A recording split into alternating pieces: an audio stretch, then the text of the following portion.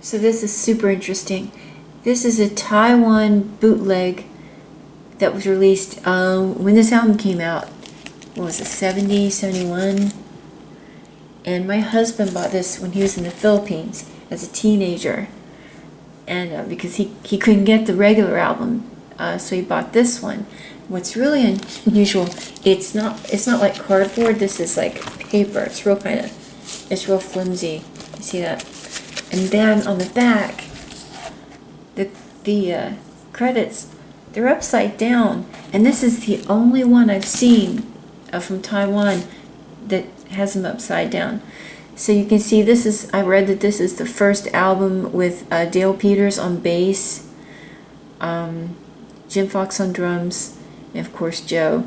Funk 49 on this, which was a huge hit. I don't know if it was a huge hit at the time.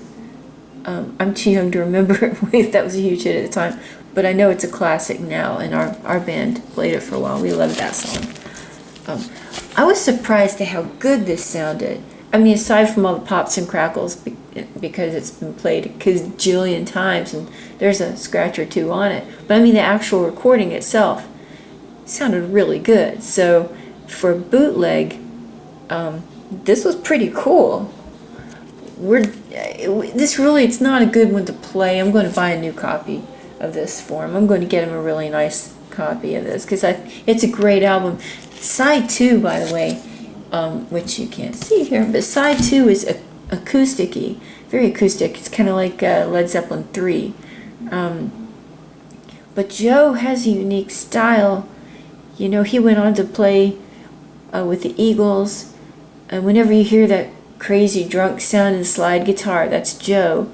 And of course he did Life's Been Good, which was my introduction to Joe. Although I'd heard him, I didn't know I was hearing him on the radio, but Life's Been Good was my introduction to Joe, and I loved that song when I first heard it. But anyway, so you can tell it's a boot, a Taiwan boot, by this writing. There you go. See that writing right there? I don't know what that says. And down there along the bottom. Now, my husband has since gone on to buy much Joe Walsh. But we are going to buy this album for real to make up for this error a long time ago. The James Gang rides again. It's got Funk 49. And there's some really good stuff. I like side 2. I mean, aside from Funk 49 on side 1, side 2 is sweet. Good acoustic music that is uniquely Joe. So I recommend it. Just buy the legal version.